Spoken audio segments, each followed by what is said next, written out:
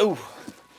Hey, what's going on, guys? In today's video, we're checking out another third-party kit release here of the Qubeley Mark II. Here, this one is in actually non-scale. Technically, it says 120 scale, 1 to 120 scale on the box, so not quite 1/100 scale, slightly smaller than that.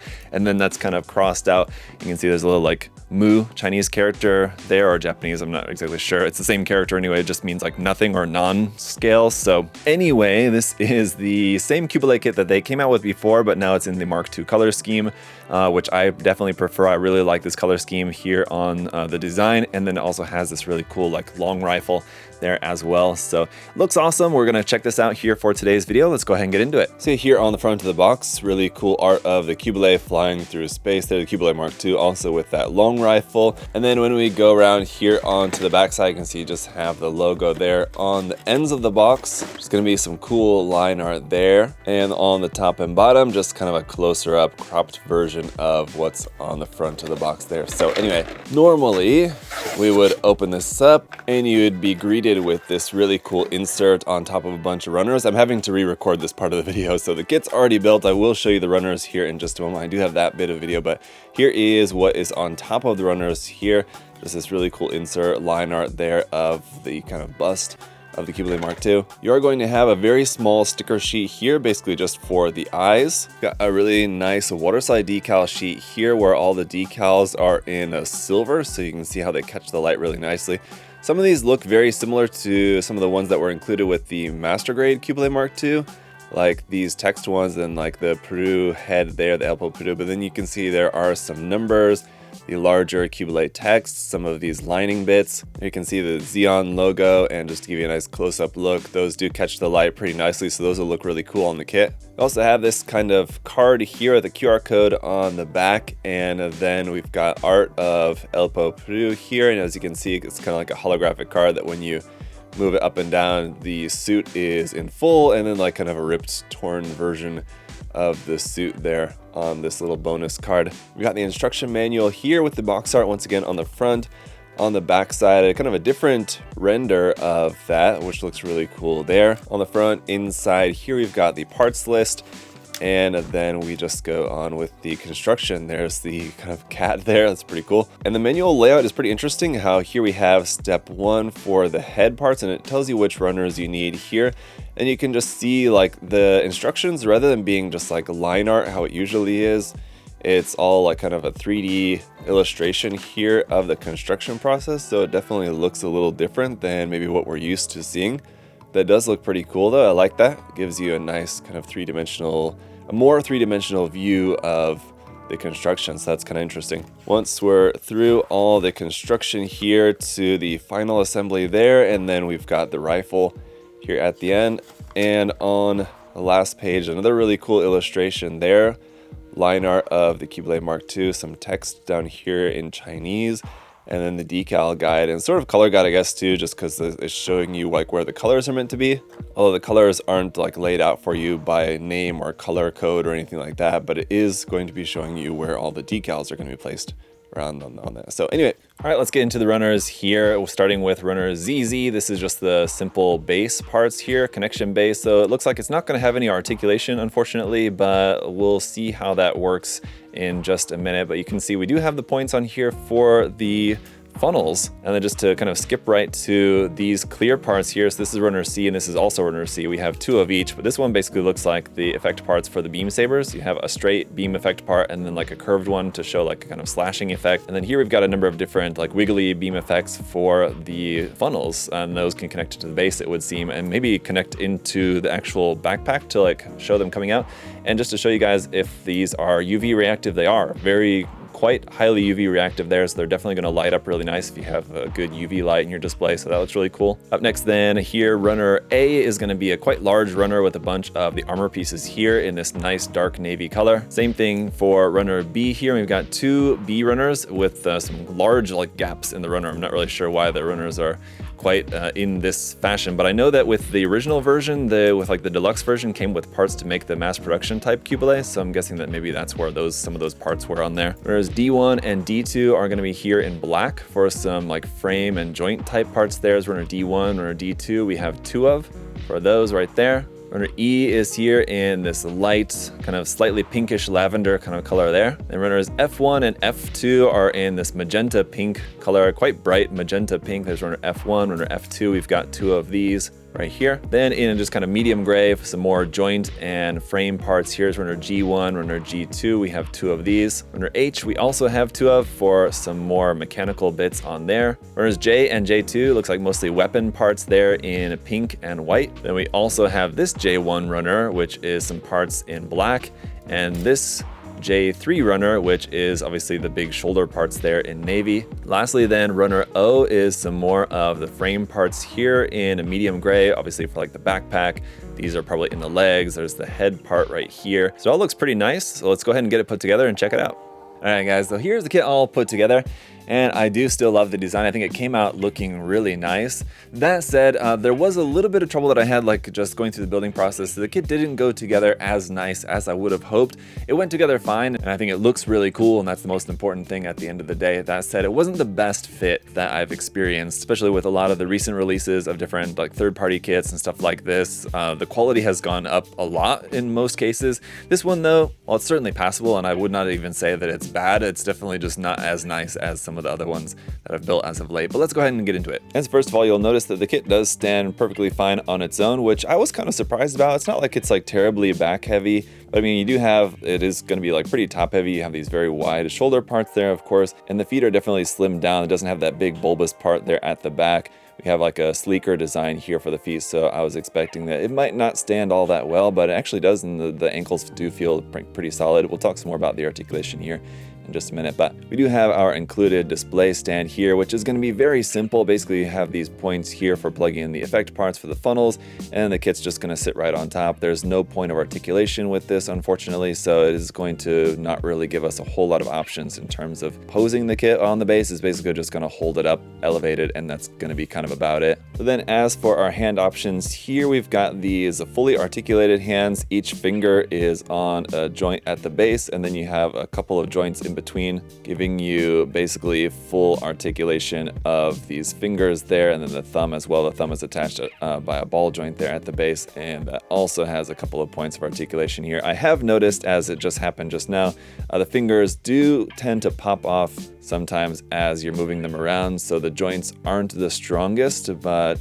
just move them gently and then they do pop back into place pretty easily, so it's not a big deal, but just something to be aware of there for that. Alternatively, you have a set of fixed pose weapon holding hands here for holding the beam sabers, in which case I've just got the beam saber handles already stored in there in the hands. I'll just kind of keep them like that.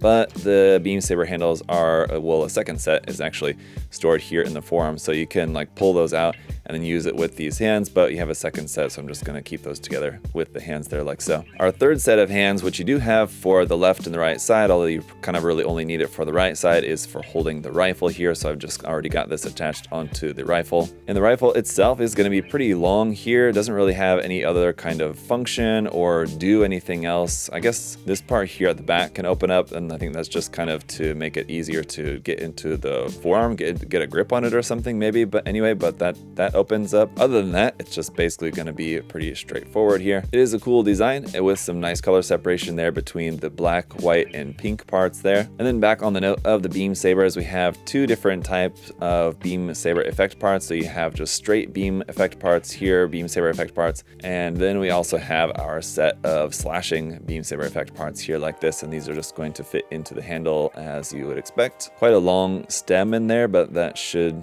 just make it pretty solid there. Just be careful pushing that in and pulling it out that you don't break that off. But there you go. I think that is going to look really nice just to help the pose look more dynamic with this curved slashing effect for that. So I do really like that a lot. And then we've got our effect parts for the funnels. So there's 4 of this shorter type, and these are just going to plug again down into the base here. One end goes into the base and then the other end goes into the funnel. So they're just going to look kind of like that. I think you could probably try bending these to adjust the angle if you wanted to, because unfortunately as they are. I mean, I think the angle's kind of weird. But anyway, you have 4 of the shortest length, 2 of this kind of medium length, and then 4 of this longer length. So total, that's going to give you 10 of these effect parts to go with your 10 holes there in the base, 5 on each side, and our 10 funnels here stored in the backpacks. I'm just going to remove this off the back of there. Now, I can't seem to make this to close up, and I'm not sure if it's supposed to or not. Looking at photos of the kit, it's kind of hard to tell if this is meant to close up all the way. It seems like it should, and I kind of wish that it did, but I can't figure out why it's not closed up more tightly, why there's this gap there. I mean, you can open it up like that, of course, and then this part here in the middle will actually shift down, and then the funnels will pop out. So I'm going to remove that off the top there because it's kind of hard to get my finger in here to do it, but when you push this down, it pops the funnels out there like that, which is pretty cool, and they're easier to basically just to pull out of here. And so once you do that, then you can just plug them onto the effect parts as I showed you. To close that back up, again, you just slide this part up, and those are folded back up in there like so. Put this part back over the top there like that, and then it just plugs onto the back of the hip section right here. So as for the stickers, you do have those stickers there for the eyes that work pretty well. I would definitely recommend just painting those in, though. It's just a little drop of pink paint basically there for the eyes. The head articulation is pretty good. As you would hope, it should be able to go up nice and farther like that, but you'll notice I'm holding the head together very firmly because these head parts do kind of like to pop apart. I found that the connection basically between like the outer shell of the head and like the inner frame part inside there is not very good, so it kind of likes to just kind of pop off, and it's kind of a pain to put that back together. But so the head can go up nice and far, which is good for doing like the signature Qubeley like flying poses. But then unfortunately there's not really much articulation here in the torso section other than just a rotation at the midsection there like that. The shoulder binders can be adjusted somewhat here and there. The angle of these shoulder binders can be adjusted somewhat forward and back, up and down, and then we can bring the arms out to the side here to about perpendicular to the body. Just due to the design, the elbow joint's only going to give you about 90 degrees there, just because there's really not much more room for that to move, just because the joint's kind of sunk into this kind of like bell design there.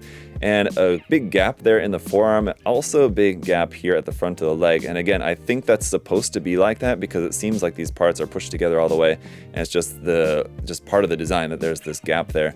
The same thing up here in the forearm. So it does look a bit odd, and it looks like the pieces aren't pushed together all the way, but they surely seem to be. There is going to be a seam line here on the back of the arm there. And I found for some of these inset pieces, like the pink part that's inset and like it's supposed to come out through this dark navy blue here, and then like here in the legs as well. Some of those don't seem to be pushed out all the way, because you can see like in some areas the pink is actually like on the same level as the blue. In other areas it looks like it's still a bit sunk in, like it needs to be pushed out a bit more. But despite trying to push it really hard, I just couldn't get it all the way through more without kind of really going in, and probably I would have to like sand down the insides of these holes there a little bit, just because there was probably just a little bit of flash on the inside of there that's just kind of blocking some of these parts from sticking out as they should be, or maybe they shouldn't be, I don't know. If you look at here on the inside of the leg, for example, this part looks pretty flush, but this one on this side, it doesn't seem to be quite pushed out quite as much. The pink part's a little bit sunken in there. So again, I'm just kind of not really sure. But anyway, our side skirt sections here will be able to move up and down to kind of get out of the way for the leg to come up.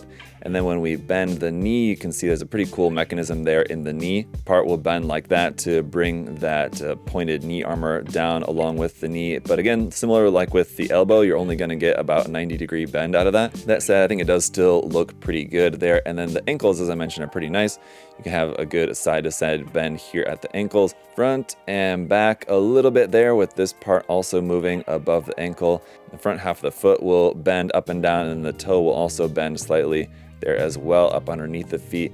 You do have a bit of an odd gap there, but overall pretty nice design for the feet. I do like the redesign there. And that's really kind of about it. So a little bit of a mixed bag. There's some pros and some cons when it comes to the articulation here. I think the Qubeley, just because of its design, can be a little bit tricky, but I think the high grade HGUC Revive kit probably has better articulation than this. It's been a while since I built that kit and I don't remember it that well, but I do remember the articulation of it being particularly nice. So with this being a similar size to that, I think this is a little bit larger than the HGUC RC kit, barely, slightly larger. This is definitely not 1/100 scale, but anyway, I do wish that the articulation was a little bit better, and then I wish the fit was a little bit better on some of the parts. Overall, the fit is fine. Like I said, the parts in the head tend to pop apart a little bit, and then there was some of those inset color accent parts that I feel like I'm not sure are like fitting in properly, and so they might take a little bit of work to get those in, you know, just right. But other than that, I mean, everything works pretty well. I will say my favorite thing about this kit is just basically the interpretation of the design. I think this is a really cool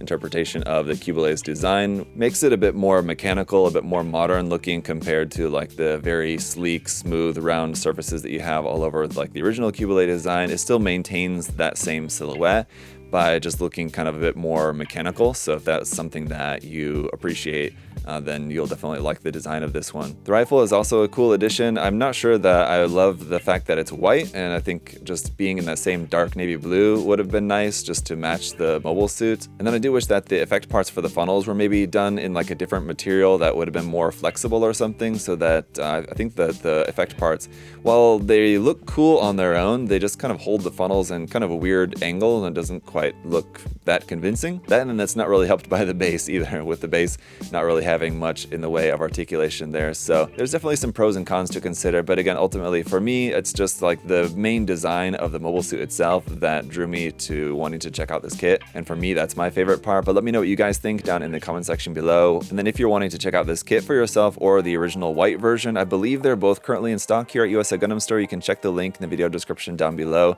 to be sure, because I believe we should have them in stock. And then I think maybe also the deluxe version of the white version too, which also came with the Haman Karn figure as well. But anyway, you can check out all that cool stuff there on the website. Thank you all so much for checking out the video here today. If you enjoyed it, make sure to leave a like. If you're not yet subscribed, you can subscribe down there below as well. So thank you so much for that. And until next time, I'll see y'all later. Bye guys.